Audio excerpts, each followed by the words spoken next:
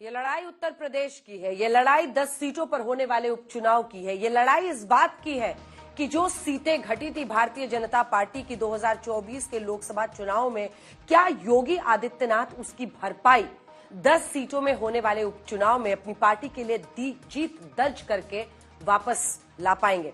अब देखिए, योगी आदित्यनाथ पर यह जिम्मेदारी भी है कि 10 सीटों के उपचुनाव में वो बीजेपी को जीत दिलाएं, और खास तौर पर उन्होंने अपने कांधे पर ले लिया है मिल्कीपुर की सीट। मिल्कीपुर की वही सीट है जो अवधेश प्रसाद ने खाली की है, और फैजाबाद सीट से वो हराकर लल्लू सिंह को सांसद बने हैं समाजवादी पार्टी के। समाजवादी पार्टी का हर नेता, कांग्रेस पार्टी का हर नेता अवधेश प्रसाद सिंह को सबसे बड़ा ट्रॉफी बनाकर हर जगह दिखाता है। ऐसे में इस बार लड़ाई आर पार की है, और इसी वजह से आप देखते होंगे हर मुद्दे पर सुबह से शाम तक योगी आदित्यनाथ के बयान आते हैं, फिर उस पर प्रहार आता है अखिलेश यादव का। अखिलेश के हर बवाल पर जवाब देते हैं योगी आदित्यनाथ, और फिर शाम होते होते अखिलेश यादव उस पर बोलते हैं। यानी ये जो सीधी टक्कर दो दिग्गजों के बीच में छिड़ी है यूपी में, एक बार फिर से योगी आदित्यनाथ ने कहा है, हिंदुओं एकजुट हो जाओ, बटोगे तो कटोगे।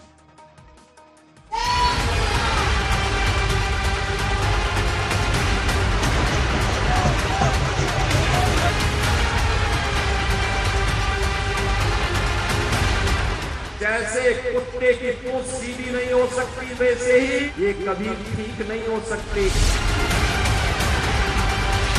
ये सब घिसे पिटे डायलॉग पुराने वाले हैं।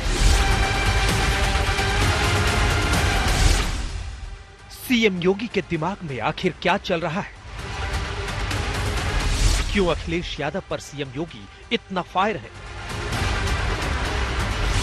क्या योगी किसी भी कीमत पर उपचुनाव जीतना चाहते हैं? बार बार सीएम योगी क्यों कह रहे हैं, बटेंगे तो कटेंगे?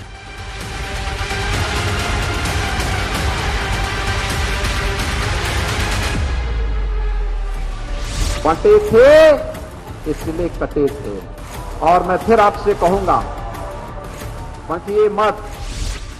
क्यों बार बार योगी कर रहे हैं अखिलेश पर माफिया वाला वार?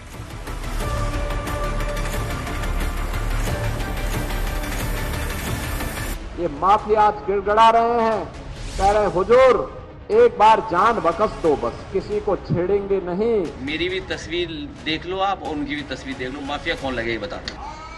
ये सभी जानते हैं कि योगी आदित्यनाथ का नाम हिंदुत्व के सबसे बड़े ब्रांड एम्बेसडर के तौर पर जाना जाता है, और इसीलिए बीजेपी में उन्हें फायर ब्रांड नेता की उपाधि मिली हुई है। देश भर में बीजेपी कहीं भी चुनाव लड़े, ऐसा हो ही नहीं सकता कि योगी आदित्यनाथ वहां प्रचार न करें।